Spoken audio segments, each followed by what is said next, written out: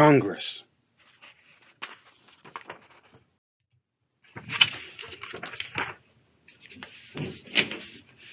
The Congress is described in Article 1 of the Constitution. Section 1 says all legislative powers herein granted shall be vested in a Congress of the United States, which shall consist of a Senate and House of Representatives. Notice it says all legislative powers. So the other branches of government, the executive and the judiciary, or judicial, are not to have any legislative powers. Article 1, Section 2 describes the composition and election of members. So the House of Representatives has members who are chosen every second year, and the voters or electors who choose these representatives shall have the qualifications requisite for electors or voters of the most numerous branch of the state legislature. This means, in other words, that in order to vote for the members of the House of Representatives, you have to have whatever qualifications are required for voting for your state's House of Representatives, or whatever the equivalent of that is in your state. What are the qualifications to be a member of the House of Representatives? Clause 2 says you have to be 25 years old, you have to have been a citizen of the United States for at least 7 years, and you have to be an inhabitant of the state in which you are chosen.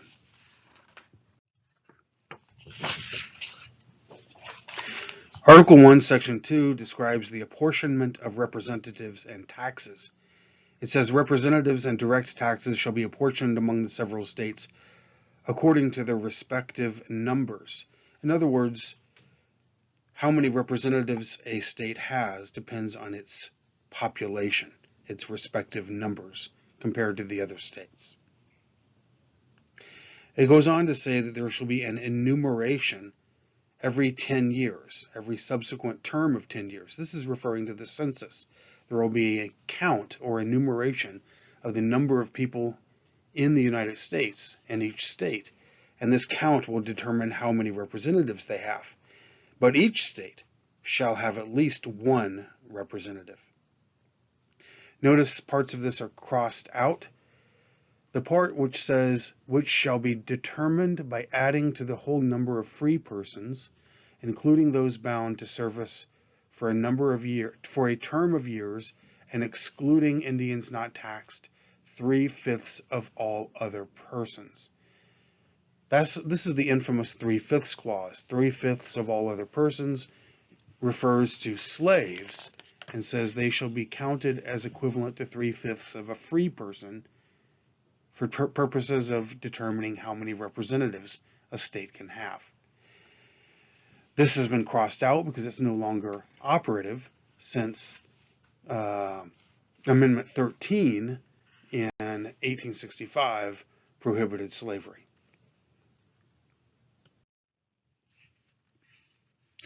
Article 1, Section 2 describes vacancies. When there's a vacancy in the House of Representatives, the executive authority, usually the governor of the state where the vacancy occurs, shall call for new elections to fill the vacancy.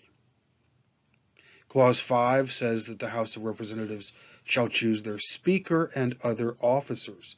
The Speaker of the House is chosen by the House itself, and the Speaker of the House is the leader of the House of Representatives. And it also says the House shall have sole power of impeachment. That means the House of Representatives chooses whether or not to impeach an executive official or a judicial official, and then the trial will move to the Senate. Article 1, Section 3 describes the composition and election of senators and says that there shall be 2 senators from each state, and they shall have terms of 6 years, and each senator shall have 1 vote. Notice that the part which says chosen by the legislature thereof is crossed out. This is because originally the state legislatures chose the senators, but the 17th Amendment changed that in 1913, and now it says elected by the people thereof. So the legislatures can no longer choose the senators. The ordinary people, the citizens of the states, can now do so. Article 1, Section 3 talks about the classification of the senators and how to handle vacancies. So the senators are divided into 3 classes, as equal as can be, and then those seats are vacated every 2 years. So 1/3 of the Senate is up for re-election every 2nd year or every other year. If vacancies happen by resignation or otherwise, the executive of the state where the vacancy is from may make a temporary appointment until the next period for elections. The qualifications for being a senator are discussed in Article 1, Section 3. So a senator has to be at least 30 years old, has to be a citizen for at least 9 years, and has to be an inhabitant of the state for which he shall be chosen.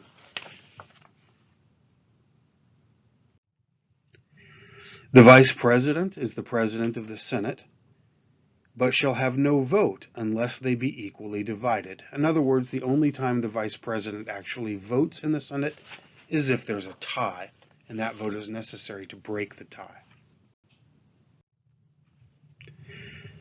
The Senate shall choose other officers and also a president pro tempore. The president pro tempore means the president for the time being, or the president temporarily, in the absence of the vice president. The president pro tempore handles managerial and administrative duties like swearing in officers if the vice president is absent. But the president pro tempore does not have tie-breaking powers like the vice president does. The real leader of the Senate these days is the Senate majority leader, who is not discussed in the Constitution, but is chosen by a majority of by the political party that holds the majority in the Senate. By tradition, the president pro tempore is also a senator, but the senior member of the majority party. So if Republicans are the majority in the Senate, it's the Republican senator with the most majority or the most seniority. If the Democrats are in the majority in the Senate, as is the case now, then the Democrat who has the most seniority is usually the president pro tempore. Clause 6 discusses the trial of impeachment. So earlier you saw that the House of Representatives chooses to impeach an official, but in the Senate has the sole power to try all impeachment. So they hold a trial, and if the person being impeached is the president, then the Chief Justice of the Supreme Court shall preside over that trial. But in any case, no person can be convicted without a 2/3 vote of the members present.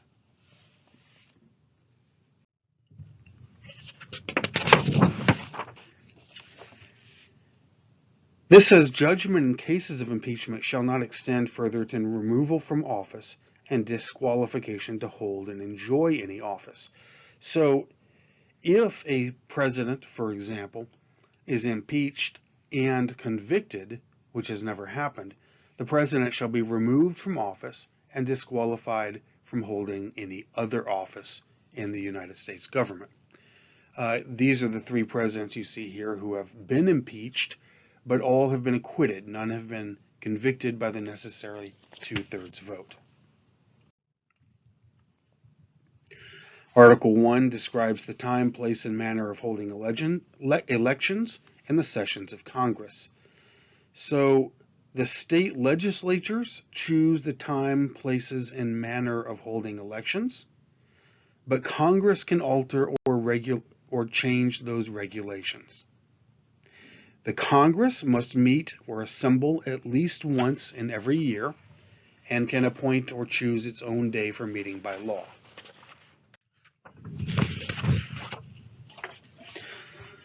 Article 1, Section 5 says each house shall be the judge of the elections, returns, and qualifications of its members.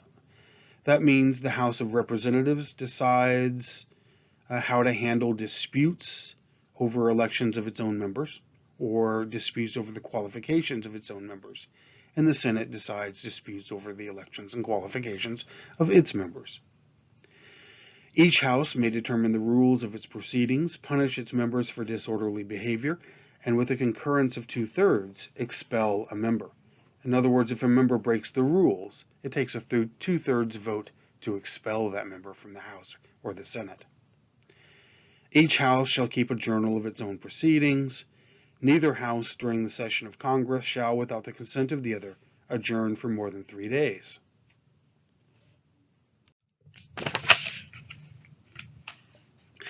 The senators and representatives shall receive a compensation for their services to be ascertained by law and paid out by the Treasury of the United States. So they receive a salary. The salary must be determined by law.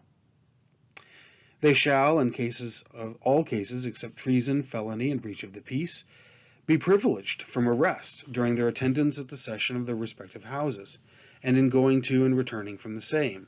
And for any speech or debate in either house, they shall not be questioned in any other place.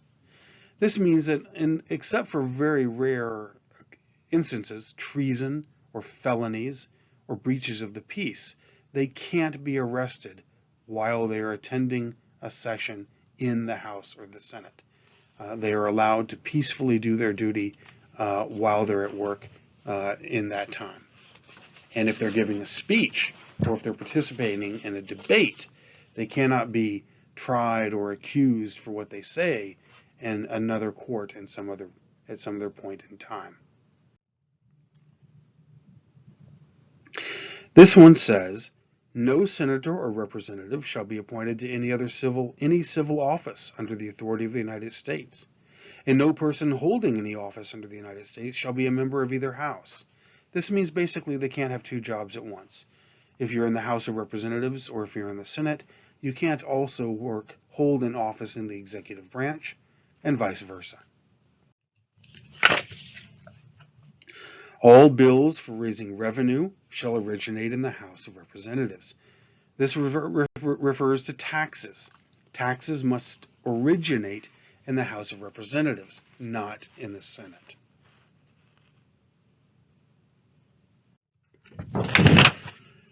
Article 1, Section 7 describes the presentment clause. Every bill which shall have passed the House of Representatives and the Senate shall, before it become a law, be presented to the President of the United States. If he approve, he shall sign it, but if not, he shall return it with his objections to that House in which it shall have originated. In other words, all bills must be presented or sent to the President. If the President signs it, it means he approves of it and it becomes law. If the President objects to it, he vetoes it and returns it to the House in which it originated. If 2/3 of that House reconsiders the bill and agrees to pass it, it then goes to the other House, and if it also approves of it by a 2/3 vote, then it shall become law.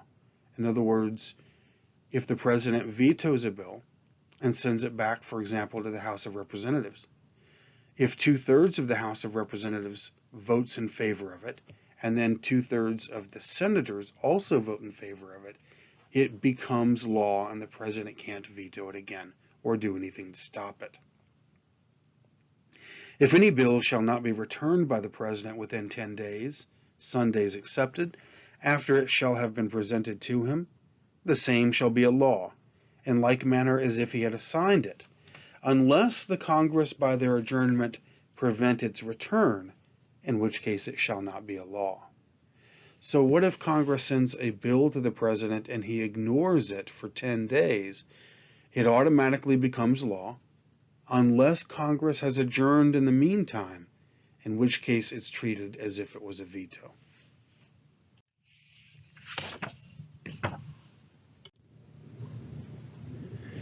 Clause 3, resolutions,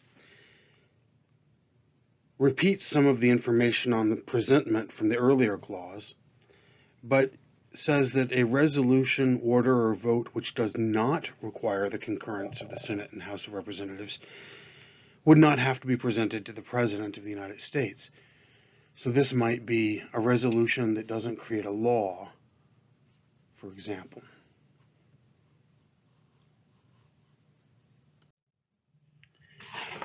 Article 1, Section 8 is one of the most important sections in Article 1. It describes the enumerated powers of Congress. These are the powers that are specifically granted and listed and described in the Constitution. So, for example, Congress has the power to lay and collect taxes, to pay the debts, to provide for the common defense and general welfare of the United States, to borrow money, to regulate commerce, interstate commerce, that is, commerce with foreign nations and among the several states and with the Indian tribes, to establish a uniform rule of naturalization. Naturalization means citizenship, how to naturalize a immigrant and make that person a citizen. Bankruptcies, the power to coin money, the power to provide for the punishment of counterfeiting, the power to establish post offices. The second part here, to promote the progress of science and useful arts, is talking about Congress's power to make copyright and patent laws. Congress can constitute tribunals inferior to the Supreme Court. This is referring to the federal judiciary, the federal courts. To the power to define and punish piracies and felonies committed on the high seas, to declare war, to raise and support armies, to provide and maintain a navy, to make rules for the government and regulation of the land and naval forces. Congress has the power to call forth the militia to execute the laws of the Union and to suppress insurrections and repel invasions, to provide for organizing, arming, and disciplining the militia. And the last paragraph on this page talks about the seat of the government of the United States. This is the District of Columbia, or Washington, D.C. nowadays.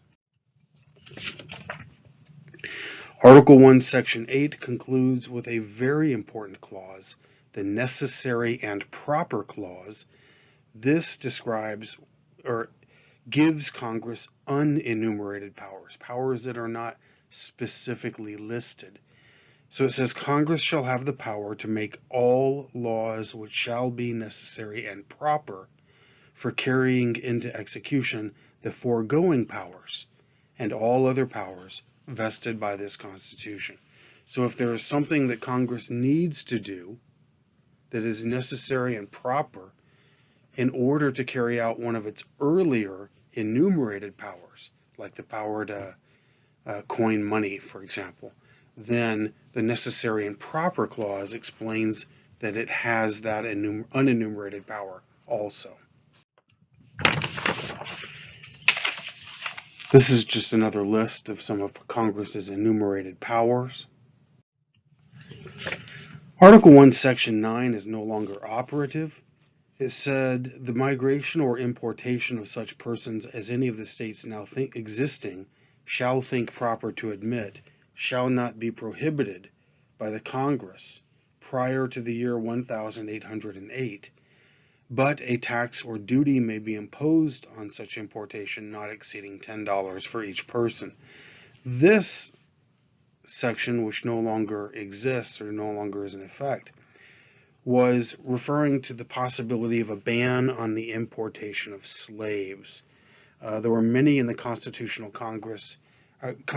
Convention in 1787 who wanted to ban the importation of slaves, but they couldn't agree on it.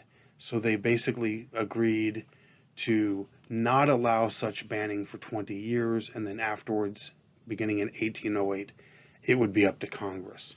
In fact, Congress did ban the importation of slaves in 1808.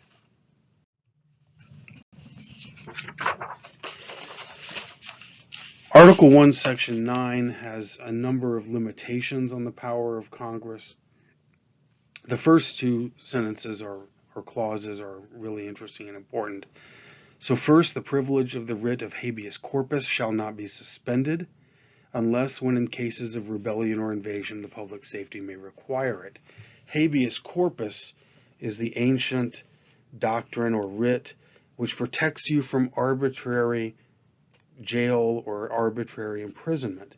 So you can't be held or detained indefinitely without notice of the reason why you're detained, what crime you allegedly committed, and you can't be held indefinitely without a trial.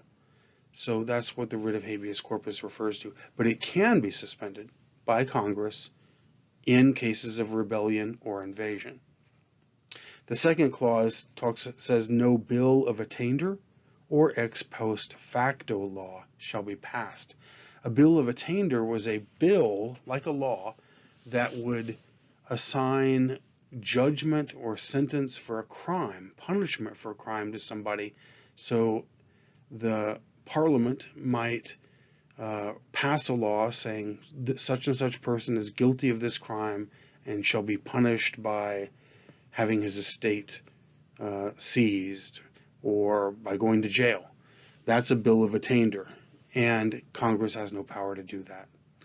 An ex post facto law is a law which makes something illegal and punishable after the fact. In other words, it's illegal and you can be punished for it even if it was legal at the time that you did it.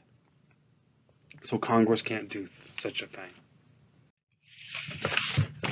Article 1, Section 9 is the last article or the last section I want to talk about. So it says, no money shall be drawn from the Treasury, but in consequence of appropriations made by law. So Congress has the exclusive power of the purse. The judiciary can't spend money, the executive can't spend money, and not even Congress can spend money unless it was with an appropriation made by law, passed according to the rules set forth in the Constitution for declaring a law. The next part, no title of nobility shall be granted by the United States, so we can't have kings or queens or princes or princesses here. Congress cannot give anyone, or the president cannot give anyone such a title. It's prohibited by the Constitution. This chart has a simple summary of some of the characteristics and rules of the House and the Senate created by the Constitution. So currently, the House of Representatives has 435 members, and the Senate has 100 members. In the House, everyone serves a 2-year term, and in the Senate, everyone serves a 6-year term. Congressional districts have a narrower constituency than Senate districts, which are broader. In other words, in the House, you typically represent fewer people and maybe even a smaller geographic area than in the Senate, which serves more people and maybe a broader geographic area. The House of Representatives is usually considered less prestigious than the Senate. All revenue bills must originate in the House of Representatives, but the Senate has the exclusive right to ratify treaties and to confirm presidential nominees. The House of Representatives has a lot of power vested in committee chairs and House leaders.